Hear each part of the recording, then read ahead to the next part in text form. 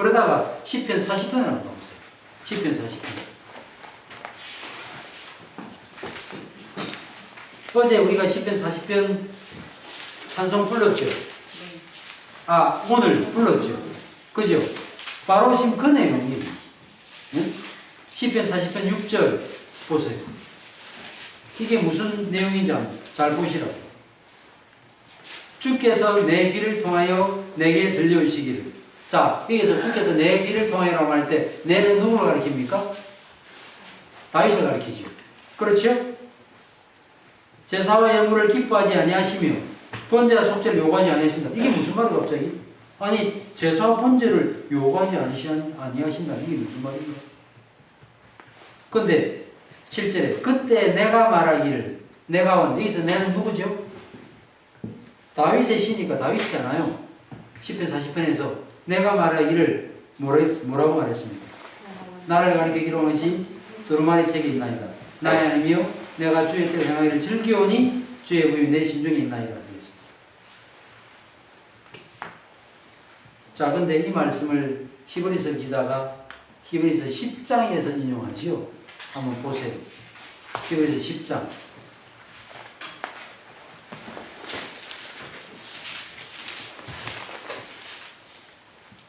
10장 5절에 자, 여기서 보세요. 어떤 문맥에서 지금 시편 40편 6절에서 8절 말씀 인용한지 보세요. 그러므로 주께서 근데 그러므로라는 말은 3절 위로 올라가서 이해해요. 그러나 이 제사들에는 해마다 죄를 기억하게 하는 것이 있나니 이는 황소와 염소의 피가 죄를 능히 없이 하지 못한다. 그러므로 알겠습니까? 황소와 염소의 피로는 인간의 죄 문제를 해결할 수 없다는 거예요. 그러므로 주께서 세상에 임하실 때 이르시되 하나님이 제사와 예물을 원하지 아니하시고. 그러면서 시편 40편 6절 말씀을 인용하시고죠. 그러면서 8절에 뭐라 그래요? 위에 말씀하시기를 주께서는 제사와 예물과 번제와 속죄는 원하지도 아니하시고 기뻐하지 아니하신다 라고 말하면서 10절에 이 뜻을 따라 그리스도의 몸을 단번에 들이심으로 말미암아 우리가 거룩함을 얻었다. 그렇게 말하죠. 그러니까 이미 시편 40편에서 뭘 말하고 있는 거예요? 하나님의 구원 역사의 여정 안에 황소와 염소의 피로는 해결할 수 없고 실제로 어떤 존재가 와서 황소와 염소의 피로 해결할 수 없는 죄 문제를 해결하는 어떤 존재가 와야 된다는 것을 말했죠. 그러다가 이사야 53장으로 가면 고난의 종이 말하죠. 우리의 허물을 인하며 우리의 죄악을 인합니다. 그가 상한 후 그는 누구를 가리키느냐? 사도행전 8장에서 빌립이 에디오피아 내시 간사 국고를 맡은 내시가 이사 50년 읽었잖아요. 그가 누구냐라고 말할 때 여기서 가리켜 그리스도를 증거했다 말이죠. 그러니까 결국은 구약성경 전체가 뭘 보여주고 있는가 하면 오실 그리스도만이 인간의 죄값을 해결할 수 있다. 그래서 구약의 모든 죄들은 간과되어져 온 거예요. 간과되어져 왔다. 간과가 뭐냐면 보고도 지나친 거예요. 그러니까 실제 혈액이 실제로 발생해서 죄값이 사실은 치러졌던 것은 아직은 아닌 거예요. 이거 마치 뭐가 같은가 하면 25일 날 월급 통장에 3만 파운드가 들어오는데 들어오기 때문에 지금 당장은 내가 현금이 없어도 카드로 긁을 수 있죠. 그죠? 근데 만약에 3만 파운드가 안 들어오면 어떻게 되는 거예요? 나는 빚쟁이가 되죠. 그죠? 그래서 구약시대에 많은 사람들이 죄사면을 받아 누렸지만 만약에 그래서 오지 않으셨더라면 어떻게 되는 거예요? 실제로 죄 용서를 받을 수 있느냐? 그럴 수 없는 거예요. 그래서 쉽게 말해서 가불에서 막 썼잖아요. 그것을 주님께서 이 땅에 오시면 어떻게 하는 거예요? 한꺼번에 상쇄해버리는 겁니다. 그래서 창조주이신 그분이 죽으심으로 온 인류가 다 죄값을 치를 만한 그것보다 훨씬 더 탁월한 죄값을 주님이 치르셨다는 거예요. 이 사실에 대한 믿음과 확신 안에서만 우리 영혼은 쉼을 누릴 수 있다. 이걸 떠나서는 어떤 사람도 구원을 확신할 수 없고 참된 구원을 누릴 수 없다는 거예요. 하나님의 구원 역사가 그걸 보여주는 것이죠.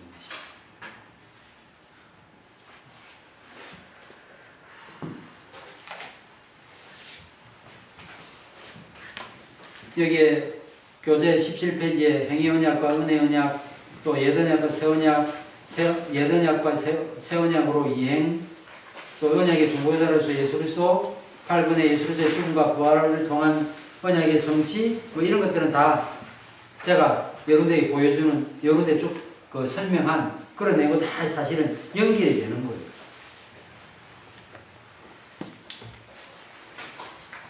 그러니까 결국은 예수 그리스도의 죽음과 부활은 뭐예요? 새 언약의 성취인 것이죠. 그죠? 새 언약의 혜택을 우리에게 주시기 위해서 주님께서 이 땅에 오셔서 언약의 중보자로 오셔서 어떻게 하신 거예요? 인간의 죄값을 위해서 언약의 저주를 예수님이 다 받으시고, 그 다음에 율법 순종을 통해서 이루신 미를 우리에게 선물로 주시고, 그 다음에 보혜사 성령을 보내심으로 율법의 요구를 우리 가운데 이루어지도록 하시는 그런 모든 일들을 그리스도께서 이 땅에 오시고 죽고 부활을 선천하심으로 그 일을 다 이루신 거예요. 그래서 그리스도의 죽음과 부활은 이런 하나님의 언약의 그 울타리 안에서, 그름 안에서 그리스도의 죽음과 부활의 의미를 우리는 제대로 이해해야 된다 하는 이야기죠.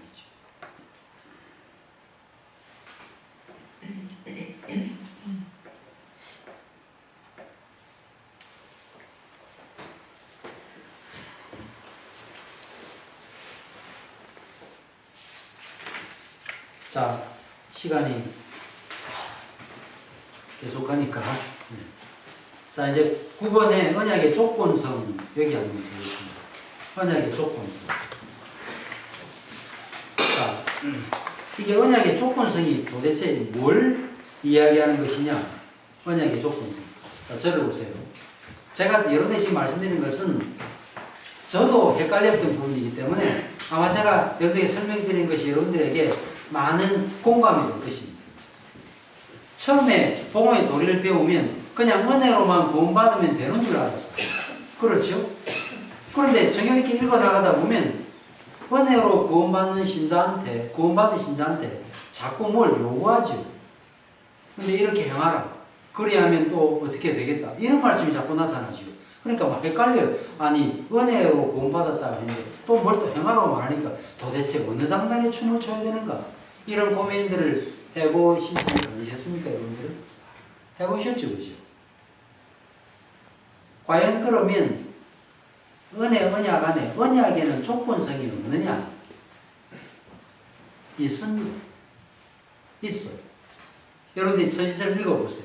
이렇게 하면 이렇게 될 것이다 라는 조건성이 나타나고 있습니다. 그러면 과연 이건 뭐지? 도대체 이건 어떻게 해야 되지? 라는 질문을 제기할 수 있죠. 그렇죠? 이번에 제가 말씀을 드리려고 합니다. 언약의 조건성이 뭘 뜻하느냐? 제가 어제도 말씀드렸죠. 구원받을 때는, 그러니까 회심할 때는, 중생할 때는 하나님의 단독적인 의지만 역사예요. 그런데 그 영혼을 살려놓은 다음에는 우리를 어떻게 만드시죠? 아까 새 언약의 특징 중에 하나가 자발성이 있었잖아요. 자발적으로 믿음으로 살게 만드시는 애를 베푸시잖아요. 그렇죠. 그래서 조건성은 우리한테 뭘 보여주는가 하면 우리가 이성적이고 도덕적인 존재로 부름받았다는 것을 보여주는 것입니다. 쉽게 말해서 인간을 인간답게 대우한다는 말이에요. 그래서 인간 편에서의 의무가 나타나는 것입니다. 한번 볼까요? 인간 편에서의 의무가 뭔지. 자, 신명기 30장 9절을 보세요. 아까 제가 살펴봤지만 도대체 언약 안에서의 조건성이 뭘 이야기하는 건가? 한번 보세요.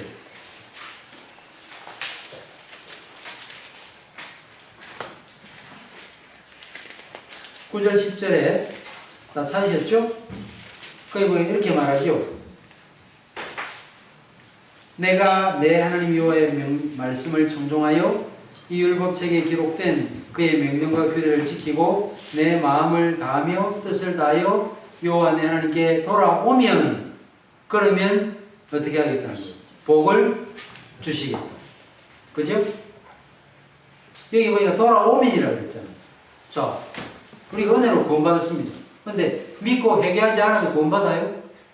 아니죠. 그래서 어떻게 말해요? 사도 베드로. 네? 회개하라. 그러면 성령을 선물로 받으리니 라고 조건을 말해요. 회개하라.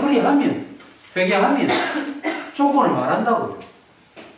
어제도 제가 하나님의 주권과 인간의 자유의지와의 관계를 설명했잖아요. 왜 칼빈주의는 인간의 책임을 강조하지 않는가? 그거 잘못됐다고 제가 말씀드렸죠. 잘못된 거예요. 분명히 언약의 조건성을 통해서 언약의 당사자인 우리에게 요구하는 내용이 있습니다. 거기에 반응해야 돼요.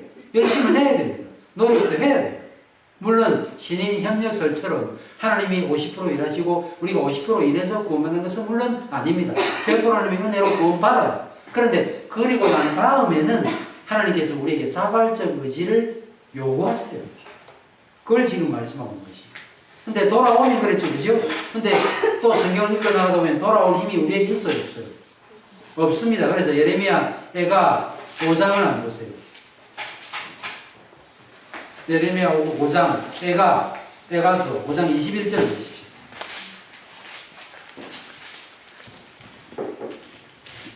오 장 21절에 뭐라고 말하고 있습니까? 여호와여 우리를 주께로 돌이키소서. 그리하시면 우리가 주께로 돌아가겠사오니. 돌이키소서. 그리하시면 돌아가겠습니다. 그러니까 회개할 능력도 누가 주시는 거예요? 하나님이 주시는 거예요. 그 성경이 그것을 말하고 있습니다. 그러니까 제가 믿었습니다. 제가 하나님을 선택했습니다. 제가 결단했습니다. 라고 했다가 나중에 내가 어떻게 믿게 되었지 쭉 생각해 보니까 하나님이 원한 예정과 작전 안에 있어서 우리를 겸손하게 만든다는 거죠. 제가 그 내용을 어제 말씀드렸죠.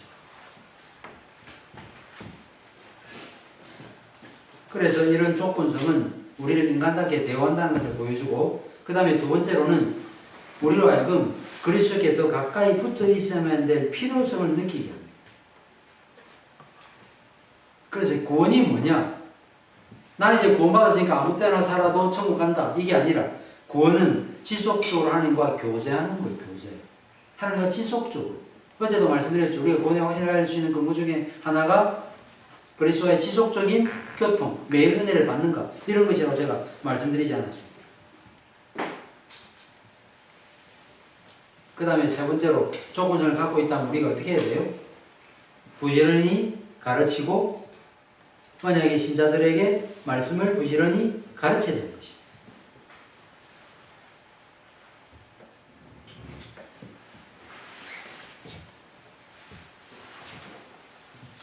자, 그 다음에 예정과 언약과의 관계.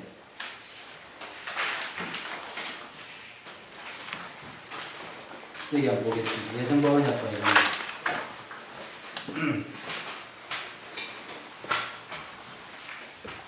여기 예정, 언약 이렇게 도표로 그려져 있죠. 그죠?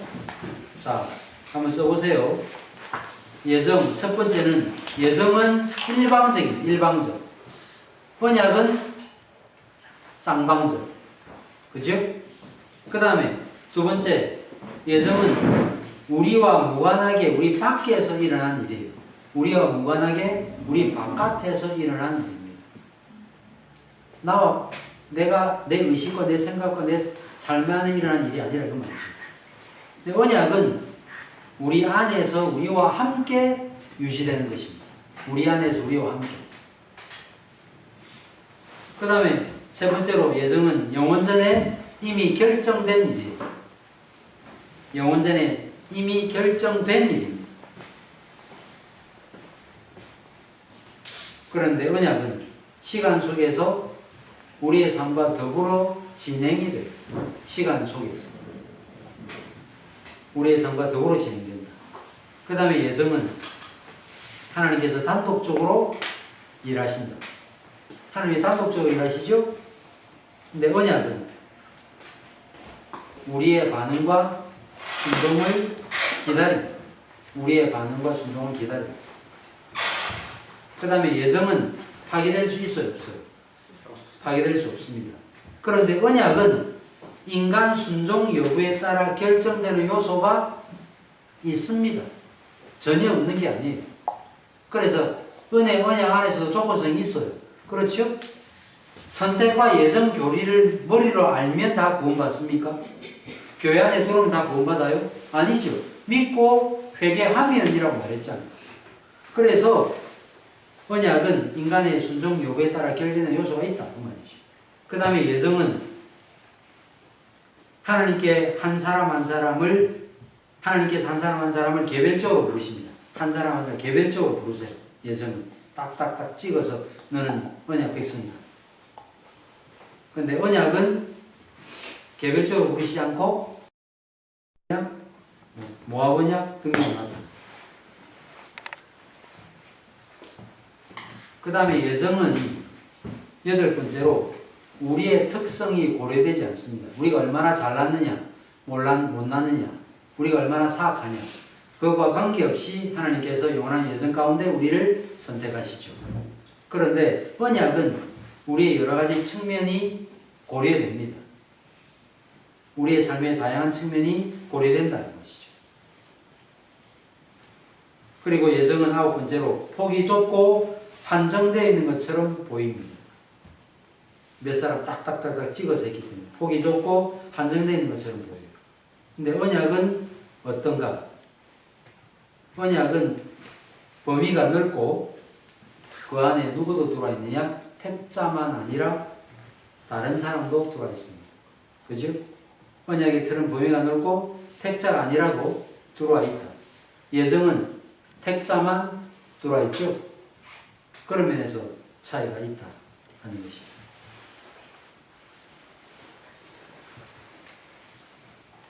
자, 그 다음에 언약과 선택의 유사점과 차이점이 있죠. 그죠? 무엇이 비슷하고 무엇이 다른가? 유사점은 첫째로 언약을 설립한 하나님은 양자 3키로 규칙을 정한 양자 3키로 마음을 가지신 의도하신 하나님과 똑같은 하나님이라는 점에서 유사점이 있습니다. 그렇죠? 그리고 선택 안에서도 마찬가지로 언약 안에서도 자비를 보이셨다. 선택도 자비고, 그죠? 왜냐하면 공평으로 따지자면 다 죽어야 된다 그랬죠. 자비라 그랬죠. 언약도 과분한 자비가 나타나는 것입니다. 왜? 하나님께서 낮추셔서 우리 같은 자와 언약을 맺으시고 우리의 문제를 다 하시는 분이셨기 때문에. 그 다음에 세 번째로 그리스도는 언약의 중보자지요. 그렇죠? 그 다음에 선택도 그리스도 안에서 선택되었죠. 언약의 중보자도 그리스도고 선택도 그리스도 안에서 선택되었기 때문에 유사점이 있다는 것입니다.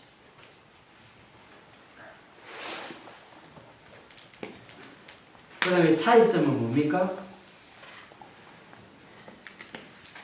선택은 죄인들의 구원에 대한 하나님의 계획이 나타나지요. 선택은. 그렇죠?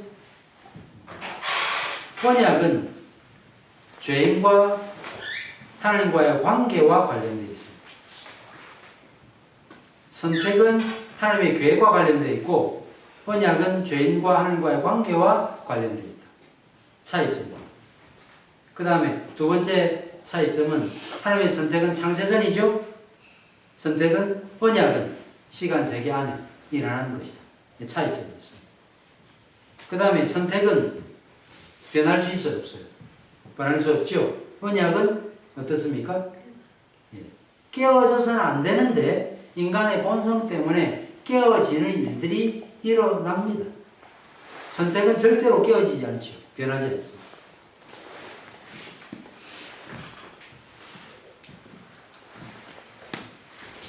자, 그 다음에 3번에 본질에 있어서의 통일성과 경륜에 있어서의 다양성이 나타나고 있죠.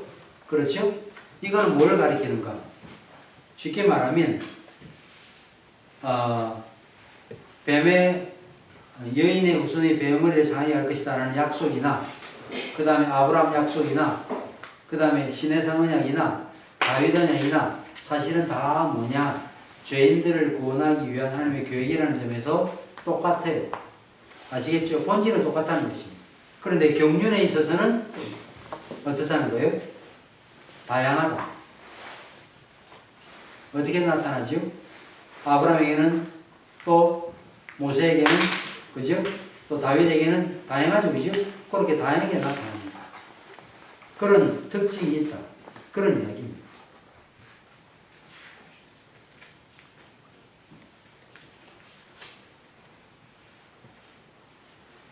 그 다음에 어제 그 질문하였죠? 우리 허집사님이 언약의 중간 상태에 대한 이야기였죠?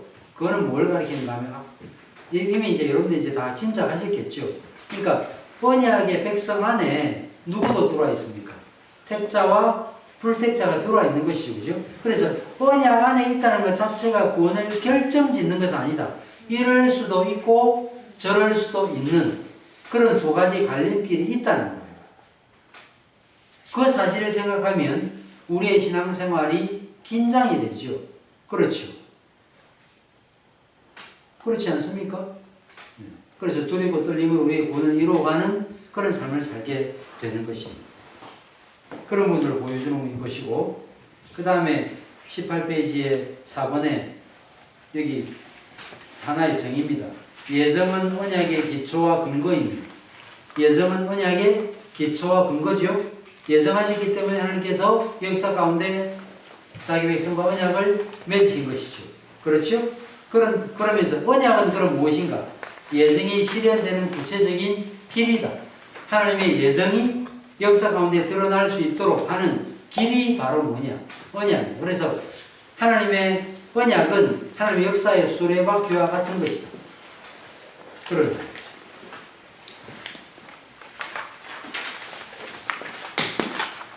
(5번은) 제가 말씀드렸죠. 그죠?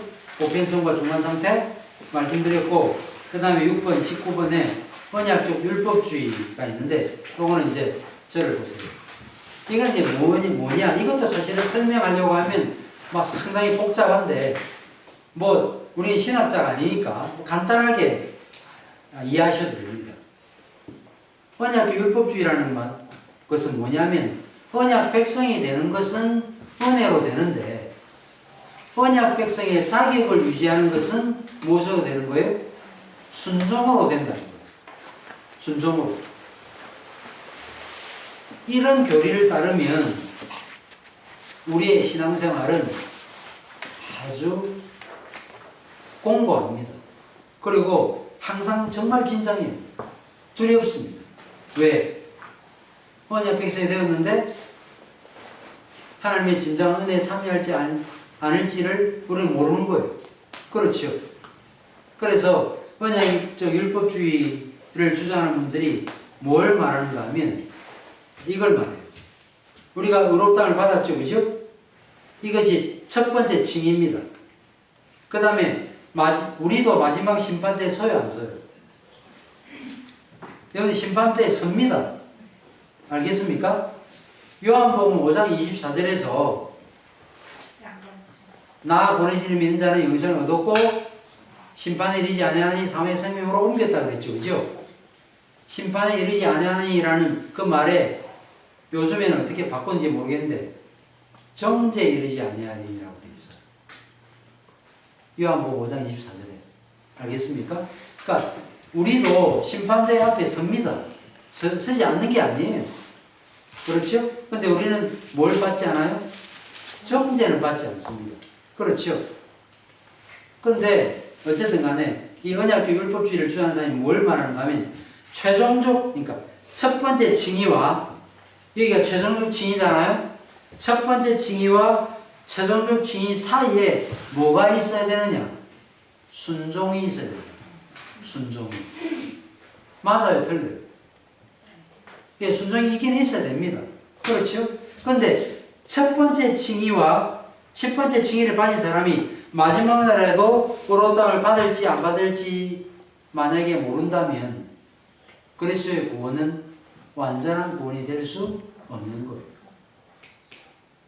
그런데 왜 이런 언약적 율법주의를 강조하는 일들이 일어났느냐 하면 칭의를 주장하는 사람이 삶을 방자하게 살거든요. 우리는 의롭다함을 받았다. 그러니까 삶이 방자거든요. 그래서 이들이 만들어낸 하나의 원리가 뭐냐면 이게 바로 언약적 율법주의라는 것입니다.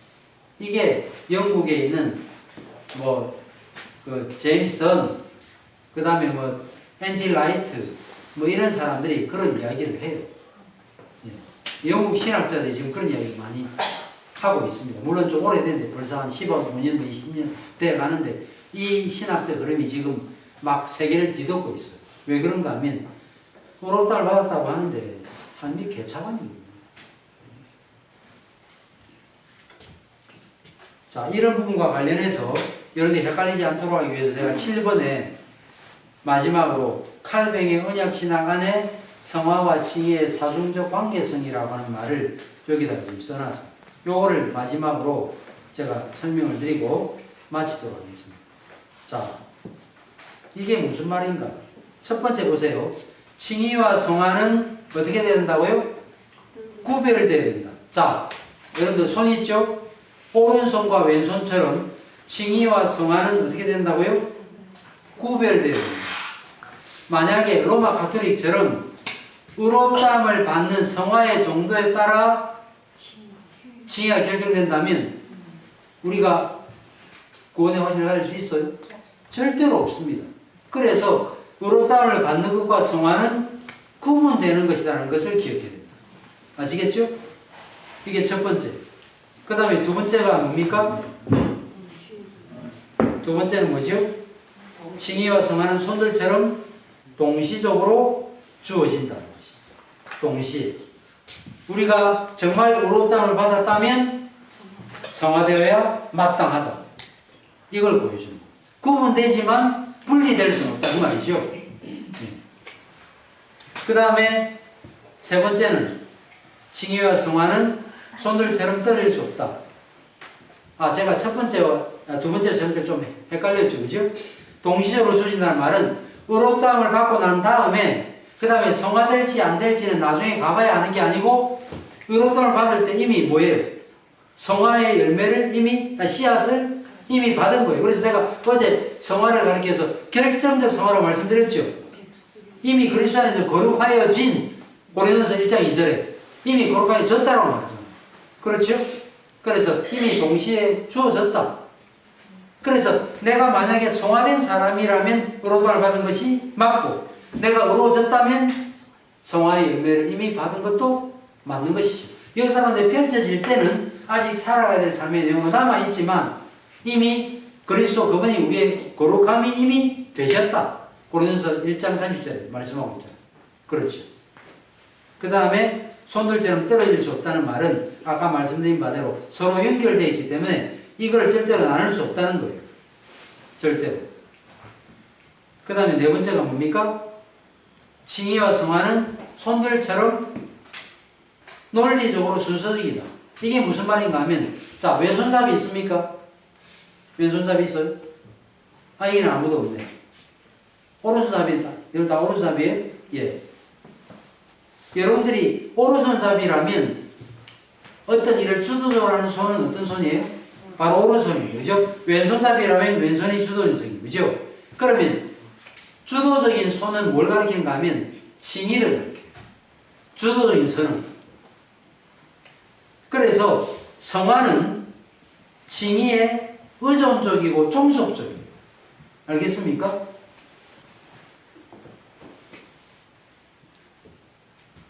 그래서 여러분들이 이렇게 말하면 안 돼요. 나는 용서받은 것을 안다. 나는 용서받은 존재는 사실을 안다. 왜냐하면 나는 많은 선행을 해가고 있기 때문이다. 이렇게 말하면 안 됩니다. 그래서 어떻게 말해야 되는가? 나는 용서받았고 그리스도 안에서 의롭게 되었기 때문에 나는 성령으로 말미암아 그를 위하여 살 수 있다. 하나님 위하여 살 수 있다.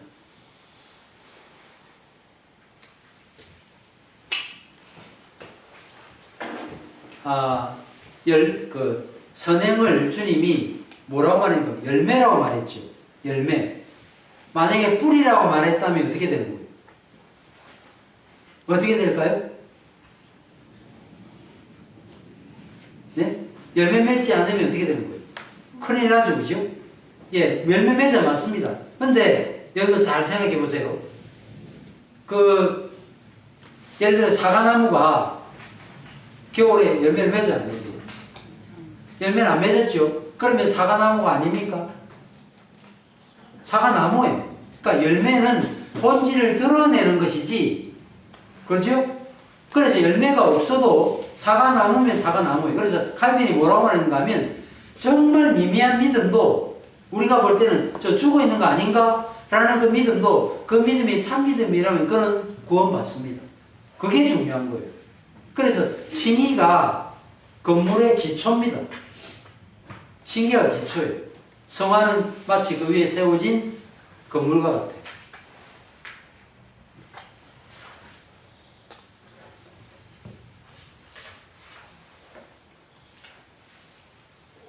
자, 마지막으로 칭의와 성화, 거기 칸이 이쪽이죠.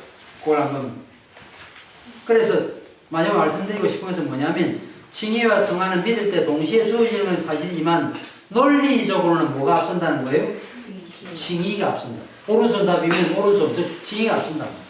그걸 보여주는 것입니다. 그죠? 그러니까 믿음으로만 이루어지는 이 칭의가 순서에 있어서 성화보다 앞서죠. 그죠? 그렇죠? 그리고 순서에 있어서도 앞서지만 정도에 있어서도 탁월합니다. 성화보다. 이게 중요해요. 이걸 놓치면 언약교 율법주의자가 되는 거예요. 그리고 로마 가톨릭주의가 되는 거예요.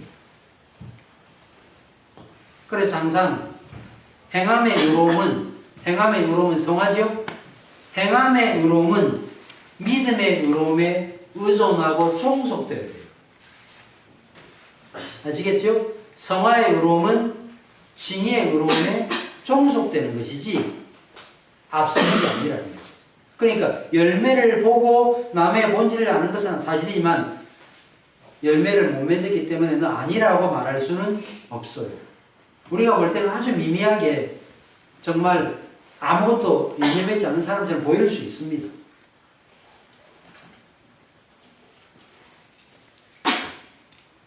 자, 마지막으로 칭의와 성화 보면 1번 칭의, 은혜 언약을 통한 그리스도와 연합입니다.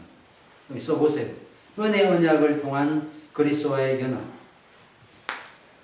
성화도 마찬가지입니다. 은혜 언약을 통한 그리스도와의 연합으로 의롭다함을 받고 성화됩니다. 아시겠죠?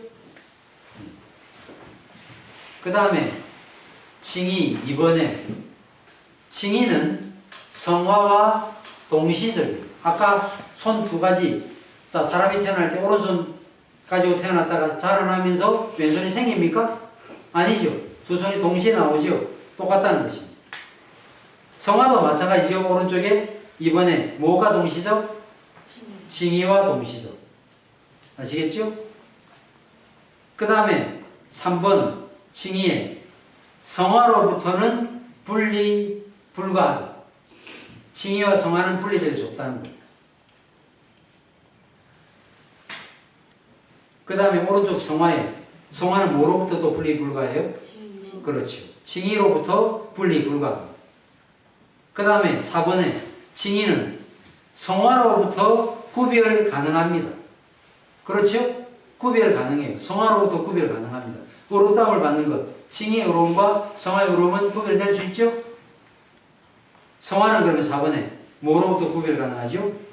칭의로부터 구별 가능합니다. 그렇죠? 그 다음에 5번에 칭의는 그리스도 안에서 오직 믿음으로 받습니다. 그리스도 안에서 오직 믿음. 그 다음에 성화는 믿음과 성령의 가능케 하심을 통한 순종을 통해서 성화됩니다. 믿음과 성령의 가능케 하심의 은혜를 통한 순종을 통해서 성화됩니다. 그렇죠? 그 다음에 칭의는 6번에 성화의 의로움에 반대되지 않는 상급의 의로움. 이 상급은 상급 아시죠? 상 주는 거. 상급의 의로움입니다. 그러니까 상급이라는 말은 뭐예요?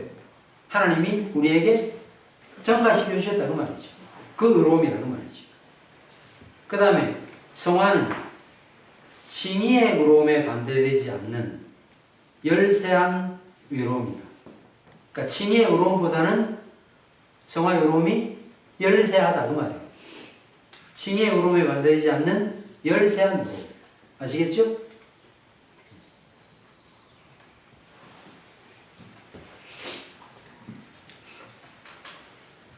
그 다음에 7번에 칭의는 믿음 홀로 의롭게 합니다. 그렇죠? 믿음 홀로 의롭게 하죠. 믿음으로만 의롭게 되죠. 그리스도께서 이루신 의를 전가받는 믿음으로만 의롭게 되죠. 그죠? 그런데 성화는 의롭다함을 얻은 자 안에서 믿음은 그냥 홀로 있지 않다. 믿음이 그냥 있지 않죠. 그죠? 성화의 행함의 열매가 나타난다. 그 말이죠. 그러니까 믿음으로만 의롭다함을 받죠. 그런데 믿음으로만 의롭다함을 받는 것이 끝나버리지 않고 그 믿음으로만 의롭다함을 받은 사람은 어떻게 된다고요? 성화된다. 그 말이죠. 그 말이죠. 그죠? 제가 그걸 강조하는 것입니다. 의롭다함을 받을 때는 오직 믿음으로만 받습니다. 근데 그 오직 믿음으로만 의롭다함을 받는다는 사실을 아는 사람은 성화된다. 그 말이죠. 그 다음에 8번째 칭의는 전가된 의로움이죠. 전가된, 외부로부터 주어진 전가된 의로움이죠.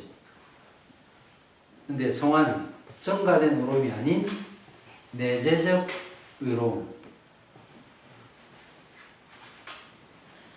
의롭다함을 받은 사람이 실제로 이루어지는 그 내재적인 의로움의 열매를 갖게 된다. 열게 된다 하는 것이.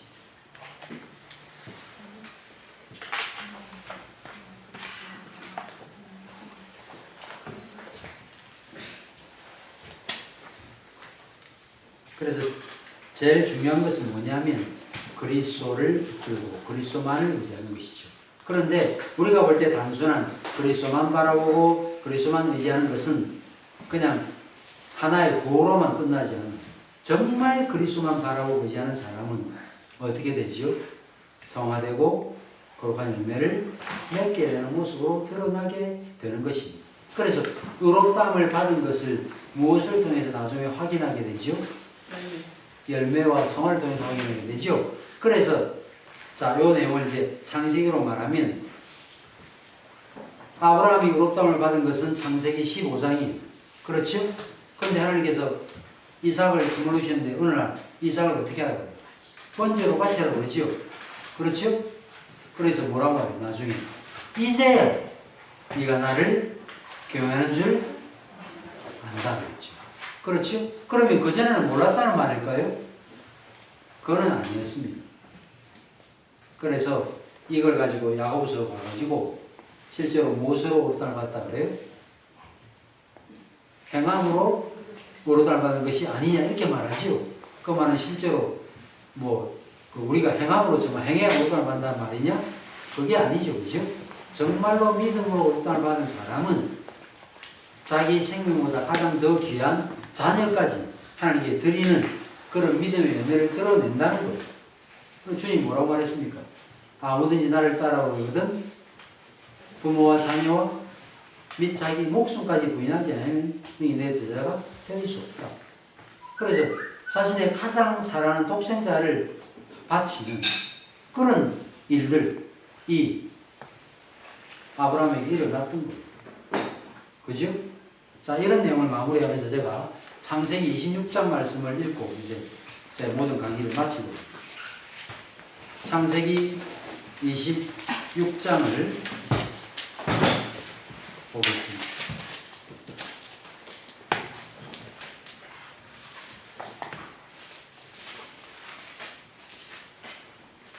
(26장) 4절을 보세요. 4절, 5절을 같이 한 목소리로 한번 읽겠습니다. 하늘의 별과 같이 번성하게 하며 이 모든 땅을 내 자손에게 주리니 내 자손으로 말미암아 선한 마음이 복을 받으리라. 이는 아브라함이 내 말을 순종하고 내 명령과 내 계명과 내 율례와 내 벽도를 지켰음이라 하시라. 아브라함의 생애를 뭐라고 말해요?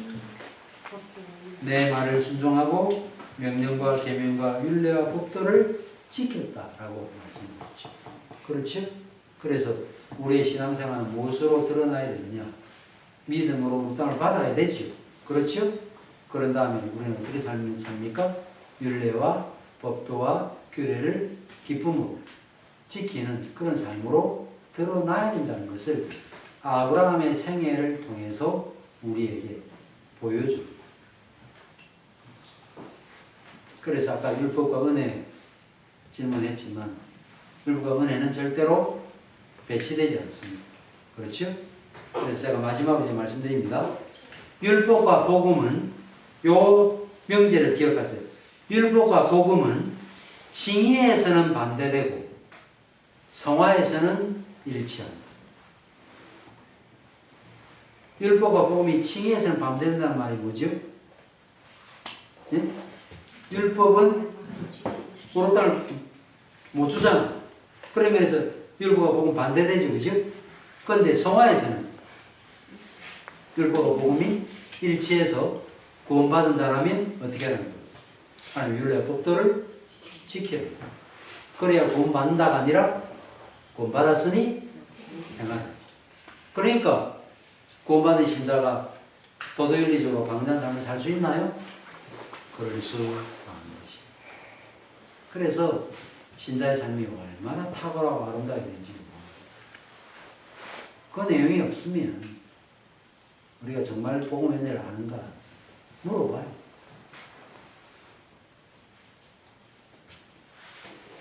예, 이렇게 해서 사실 좀 이 뒷부분에는 양이 너무 많아가지고 제가 좀 너무 좀 스피디하게 나가서 조금 하여튼 저도 조금 깨림직하네요. 좀 더 여러분들이 좀 찬찬히 설명을 좀 드렸어야 되는데 시간이 좀 걸려서 또 장소가 또 한정되어 있으니까 이야기도 되어 있으니까 그러나 어쨌든 제가 뭐 전해야 될 내용들을 잘 전했으니까 이런 전의 흐름들을 잘 파악해서 성경을 앞으로 좀 이런 시각을 가지고 성경을 잘 살피면서 정말 이 기독교가 말하는 이 구원의 도리가 얼마나 탁월한지를 여러분들이 실제적으로 좀 앞으로 여러분들 영혼으로 깊이 체득해가는 그런 시간이 이어지기를 간절히 바랍니다. 예. 그러면 기도가 마치도록 하겠습니다. 하나님 아버지, 저희가 3일 동안 귀한 강의를 들었습니다.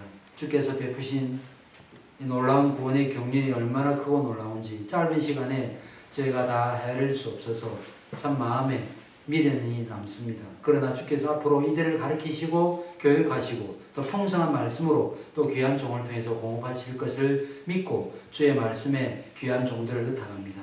귀한 교회가 주의 말씀으로 견고하게 서가고 아름답게 잘 자라가서 참으로 이 시대 가운데 주의 거룩한 복음을 전하고 그 주의 거룩한 복음을 아는 신자의 아름다운 삶의 열매를 풍성하게 드러내는 그러한 귀한 교회가 될 수 있도록 은혜와 복을 베풀어 주시옵소서.